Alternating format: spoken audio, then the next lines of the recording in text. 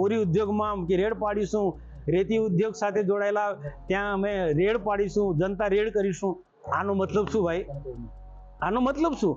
આનું નાક દબાવવાનો, પૈસા વગરના આ લોકોના ધંધા છે. હું પોતે હજુ અમારે તો રેડ કરવા જવાનું હતું, પણ વહીવટી તંત્રને અભિનંદન આપું છું. ભરૂચ જિલ્લાના કલેક્ટર સમેત પ્રાંત અધિકારીઓ, મામલતદારોએ રેડો કરી અને તમામ ઇનલીગલી જે ચાલતા હતા એમને બંધ કરાવ્યા, દંડ ફટકારાવ્યા. એટલે બધા જ જે પ્રવૃત્તિઓ થઈ છે એના લીધે મનસુખભાઈના પેટમાં તેલ રેડાયું છે, કેમ કે એ બધા મનસુખભાઈના આગળ પાછળ ફરવા વાળા લોકો હતા. ફરી એકવાર ભરૂચની રાજનીતિમાં વસાવા વર્સિસ વસાવાની જંગ શરૂ થઈ ગઈ છે. રાજપીપળા સરદાર ટાઉન ખાતે ભરૂચના સાંસદ મનસુખ વસાવા અને છોટાઉદેપુરના સાંસદ જસુભાઈ રાઠવાનો મતદાતા અભિવાદન સમારોહ હતો, જેમાં એ મતદારોને થેન્ક યુ કહેવા માટે આવ્યા હતા. જેમાં પહેલા તો તેમણે રાહુલ ગાંધી પર આકરા પ્રહાર કર્યા. મનસુખ વસાવાની સ્પીચમાં રાહુલ ગાંધીને ઘણી બધી વાતો એમણે કરી છે. પછી જેમ જ કાર્યક્રમ પત્યો ત્યાં મીડિયા સાથે વાતચીત કરી અને મીડિયા સાથે વાતચીત કરતા દરમિયાન જ સાંસદ મનસુખ વસાવાએ કહ્યું કે અમુક લોકો જનતા રેડ કરે છે, કોરી ઉદ્યોગ વિરુદ્ધ આંદોલન કરે છે, પણ આ બધું જ લોકોને દબાવવા માટે કરે છે. છેલ્લે તો એ સેટિંગ કરી લે છે, લોકોના નાક દબાવવા માટે આ બધી રેડ થાય છે. મારે એવા લોકોને કહેવું છે કે ડેડિયાપાડા અને સાગબારામાં ઘણા બધા પ્રશ્નો છે, એનું નિરાકરણ પહેલા લાવો, પહેલા પોતાના ઘરમાં ધ્યાન આપો અને પછી બીજું કરો. તો મનસુખ વસાવાએ શું કહ્યું એ સાંભળો. થવાના બદલે ડેડિયાપાડા વિસ્તારની અંદર એટલા બધા પ્રશ્નો છે, તે પ્રશ્નો સોલ્વ કરવાના બદલે બીજી જગ્યાએ કાંઈક ને કાંઈક સરકારની કે બધી ટીકા ટિપ્પણી કરે છે, કામગીરી ક્યાં નબળું છે બધું શોધવા નીકળી પડ્યા છે. કોરી ઉદ્યોગમાં કે રેડ પાડીશું, રેતી ઉદ્યોગ સાથે જોડાયેલા ત્યાં અમે રેડ પાડીશું, જનતા રેડ કરીશું. આનો મતલબ શું ભાઈ? આનો મતલબ શું? આનું નાક દબાવવાનો, પૈસા વગરના આ લોકોના ધંધા છે.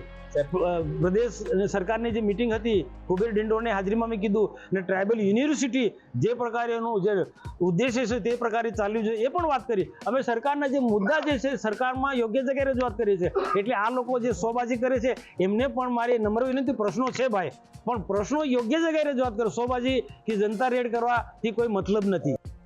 આ નિવેદનમાં મનસુખ વસાવાએ કોઈનું નામ તો નથી લીધું, પણ અમુક લોકો જનતા રેડ કરે છે એ અમુક લોકોમાં એ ચૈત્ર વસાવાને જ કહી રહ્યા છે, કારણ કે છેલ્લા કેટલાય સમયથી ચૈત્ર વસાવા અલગ અલગ જગ્યાએ અલગ અલગ પ્રશ્ન સાથે જાય છે, જનતા સાથે જઈ અને રેડ કરે છે.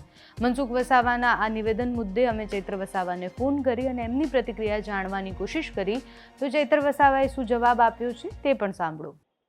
હા, મનસુખભાઈ વસાવા પીઢ આગેવાન છે અને આ 7મી વખત અમારી મનસુખભાઈ સામેની સીધી ટક્કર હતી, એટલે પાર્ટીની કૃપાથી જીતી ગયેલા છે મનસુખભાઈ. તો એમને અભિનંદન આપું છું મેં, અને મનસુખભાઈને વિનંતી કરું છું કે તમે અને તમારી સરકાર એવું કામ કરો કે અમને એ સમસ્યા જ ના આવે, અમને કોઈ રજૂઆત કરવા જ ના જવું પડે. એવું કામ મનસુખભાઈએ એમની સરકાર પર કરાવવું જોઈએ. અમે જે દિવસે આવેદન આપવા માટે 21 જૂનના રોજ ગયા હતા, એ સ્થાનિક યુવાનોને અહીંયા કાયમીનો કંપનીઓમાં જે શિક્ષિત બેરોજગારો છે, લાયકાત ધરાવે છે, યુવાનોને જીઆઈડીસીઓમાં નોકરી મળે એ અમારો એક મુદ્દો હતો. અને બીજો મુદ્દો અમારો ઇનલીગલી જે પણ ચાલતું હોય, રેતીની લીજો ચાલે છે, 70 ની જમીનોમાં ઇનલીગલી કોરીઓ ચાલે છે અને સિલિકાઓના પ્લાન્ટ ચાલે છે, એટલે એ જ અમારી રજૂઆત હતી. અને એમાં હું પોતે હજુ અમારે તો રેડ કરવા જવાનું હતું, પણ વહીવટી તંત્રને અભિનંદન આપું છું.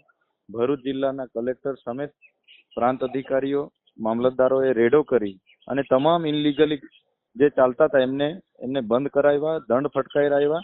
એટલે બધા જ જે પ્રવૃત્તિઓ થઈ છે એના લીધે મનસુખભાઈના પેટમાં તેલ રેડાયું છે, કેમ કે એ બધા મનસુખભાઈના આગળ પાછળ ફરવા વાળા લોકો હતા. એટલે એના માટે જ મનસુખભાઈએ આ નિવેદન કર્યું હશે. અને મનસુખભાઈ સારી રીતે જાણે છે ચૈતરભાઈ ના ભરૂચ જવાથી, ચૈતરભાઈના અંકલેશ્વર જવાથી શું રિએક્શન આવવાના છે. એટલે હું જેટલું લોકોનું કામ કરીશ તો લોકો મનસુખભાઈ પર જવાબ માંગવાના છે, એટલે મનસુખભાઈ આવા નિવેદનો કરે છે. તો હવે ફરી એકવાર ભરૂચમાં શરૂ થયેલી આ રાજનીતિક જંગ જે છે એ ક્યારે અટકશે એ જોવાનું રહ્યું. અત્યારે આ વિડીયોમાં બસ આવ્યું. જો તમે અમને યુટ્યુબ પર જોઈ રહ્યા હોય તો સબસ્ક્રાઇબ કરો, ફેસબુક પર જોઈ રહ્યા હોય તો ફોલો કરો, અમારા વિડીયોને લાઇક અને શેર કરો.